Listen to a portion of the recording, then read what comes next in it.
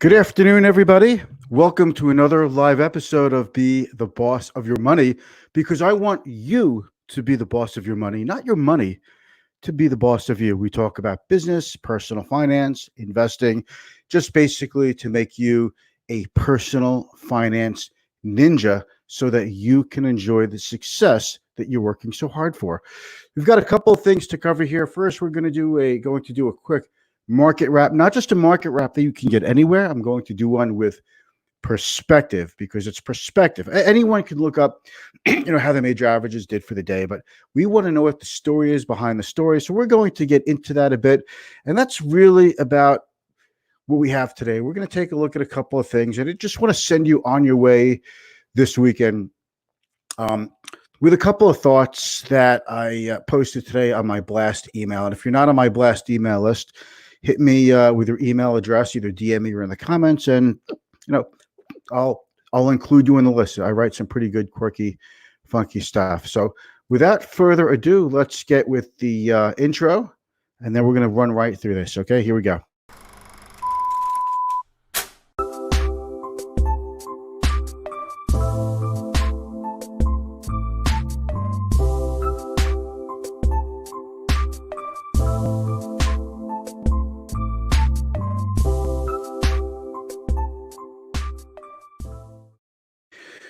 Okay, we're back. So the first thing I like to do when I do these live streams, you may have noticed if you've been hanging around with me a little bit, just something I like to do real quick is take you through the major averages, give you a look, see how things did today and why things move, why things go up and down. So, this doesn't really tell you the whole story, but today the Dow is up, as you can see, slightly up 40, just about 43 points. And all the major averages moved slightly. S&P up 0.39%. NASDAQ had almost a 1% day. Russell 2000, that's a small cap index. That did pretty good. There's a reason for that. We'll go through that. And the VIX, that's the fear gauge. You want to see that go lower. And a week ago, that was down to about 27, 28. And that was feeling pretty good. You want that to be lower. It was in the mid 80s. March 23rd, when we were at the bottom of this ongoing pandemic, recession, and bear market. But I'll get through this quick today because it is a gorgeous day outside, and I hope wherever you are getting ready for a really nice weekend. I see people getting out a little bit more, people practicing their social distancing, but getting out carefully and wearing their masks and masks and all that. So I think it's good. I think I want people to get out and enjoy the weather and overall just be happier. So let's take a quick look here. So the Dow's up 42 points, but it was down over 250 points earlier in the day. We got just an absolutely horrendous retail sales figure. Look, we knew the retail sales figure. We knew it was going to be really, really bad. We didn't expect anything good, but it actually came in even a little worse than expected. But the strange thing is a lot of the retail stocks were actually up today. Home Depot is up. Well, Walmart, Best Buy, even Macy's. There are an awful lot of stocks in that cohort that we could probably, the world can probably do without. So it's really just a matter of the retail sector continuing to get whittled away, and basically just, being conquered by Amazon on a daily basis.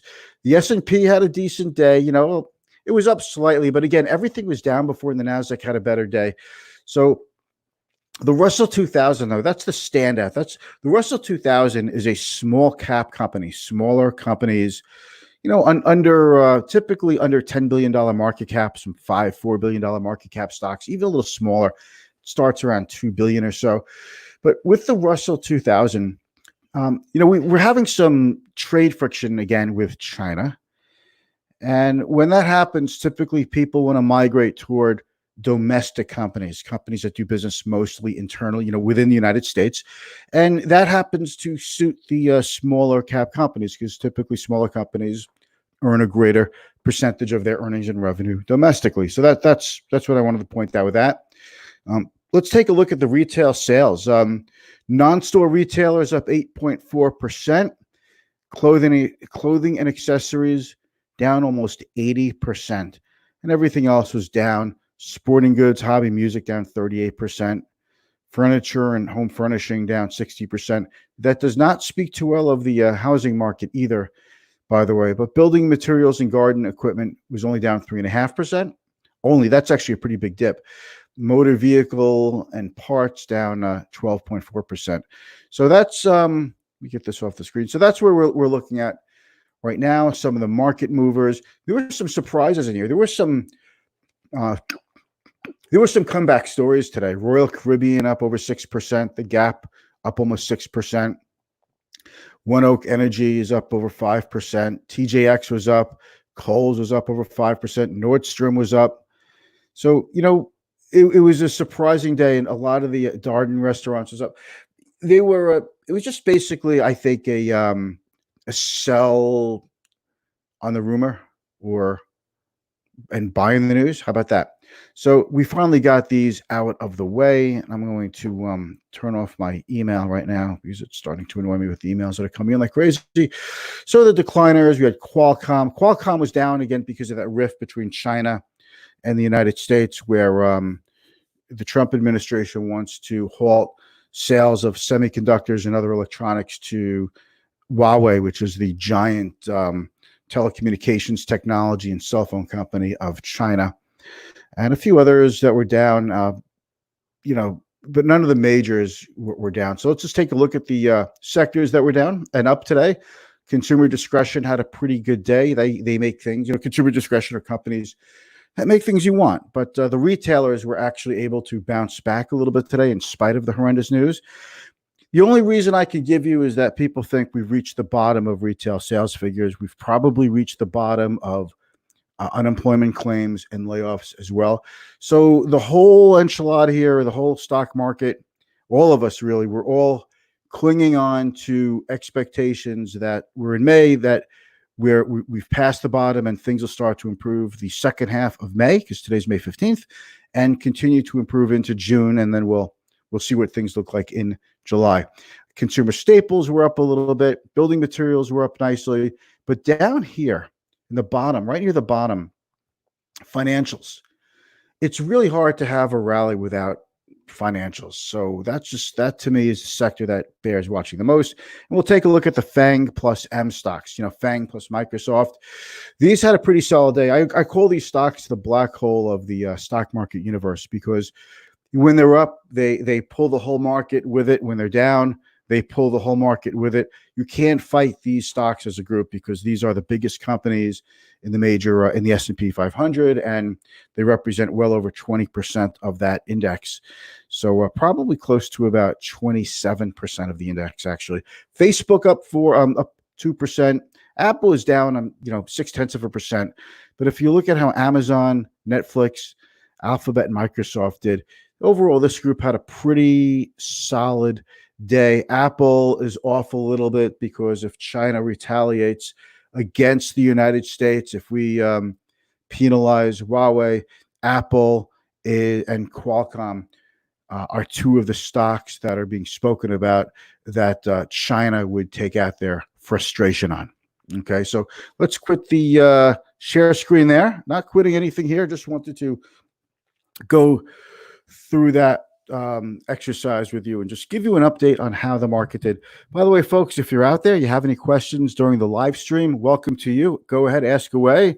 And if you're watching and you're not sure what you want to ask, you know what I'd love for you to do? Let me know where you're watching from. And I'm going to check my LinkedIn, and I'm going to check Facebook. It's a pretty nice day. And my thought process was, as the market starts to calm down a bit, and the weather starts to get nicer in the United States, that people will probably want to do other things at 4:30 on a Friday than sit around and watch this. So I expect that a lot of people see this will be watching it in the replay. So welcome to you if you're watching this in the replay. I'd love a shot to answer your questions and talk to you about really anything that has to do with personal finance, investing, financial planning, and just basically getting you set with your personal finance and the whole enchilada, and help you, get on your way. That would be something that, I want to add value to you. And I love teaching this stuff. I truly enjoy teaching it. But that's really about it for today. So just a quick market wrap. There's not too much else to say. This week was generally a down week. Major averages off about 2% or so. Could have been a lot worse. We're still up a lot from the March 23rd low, but the market is in the show me stage with the states reopening, and to see if we have a rebound in COVID cases, and to see basically if the labor situation can change. So I'm going to just check out, see if anybody's out there. Bill, okay, I'm here. You can start now. LOL. Thank you, Bill. I've started. Thank you. Just because you're here. I really appreciate that. I like the smiley.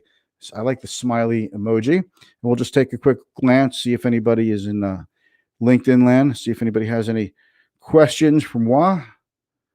Profile. Yeah, I like to have my LinkedIn profile up before I get started. Priscilla is out there, and I really appreciate you being out there. Thank you very much, Priscilla. And that's about it. So we'll wrap up the day. I want you to have some thoughts in terms of what we've been talking about this week. So if you have a chance to check out my past this week videos, all my lives can be found on my YouTube channel. If you head on over there, please subscribe. You can also scroll back into my Facebook and LinkedIn profiles to see what we've been talking about. But that's about it. I'll speak to you soon, and I will end. Oh, wait, Sonia is out there. Hey, Sonia, how are you? You know what? I almost missed this. Sonia is out there. Hi there. Anything big for retail? I'll tell you the big thing for retail. Dang, I'm so glad you were here, Sonia, because I really was thinking about saying this during the live stream. The surprise today is we got an economic statistic that was actually good in terms of better than expected. Consumer confidence last week rose higher than expected. A lot of that is because people are getting their stimulus checks, they're getting their unemployment, their extra $600 a week. There's forbearance and mortgages. Nobody's allowed to be evicted from their home or their apartment, what have you, or their rental. So, but the point is, we did get an uptick in consumer confidence, and an uptick in consumer confidence with massive discounting from retailers. That would be good for retail, just to help get out some of that old stale inventory, get some cars off the dealership lots. But that's really about it. I don't see any takeovers. I don't see any. I don't see the industry, starting to buy out each other. I just think it's survival of the fittest in the worst way, and I still think the world goes to Amazon, Walmart, Target, Costco, and everybody else is just holding on for dear life. That's really what I see for retail. Okay, so if you guys don't have any other questions or anything else that you want to ask away, then I will check LinkedIn one more time, and that's about it. Okay, we've got a couple people out there, folks. Thank you, Sonia. I see that. Okay, so that's about it. Now, when I say that's about it, that's about it. I will be back Monday with a more complete show, and we're going to talk about more things like personal finance, all those good things you want to know about. Thank you. Have a nice weekend.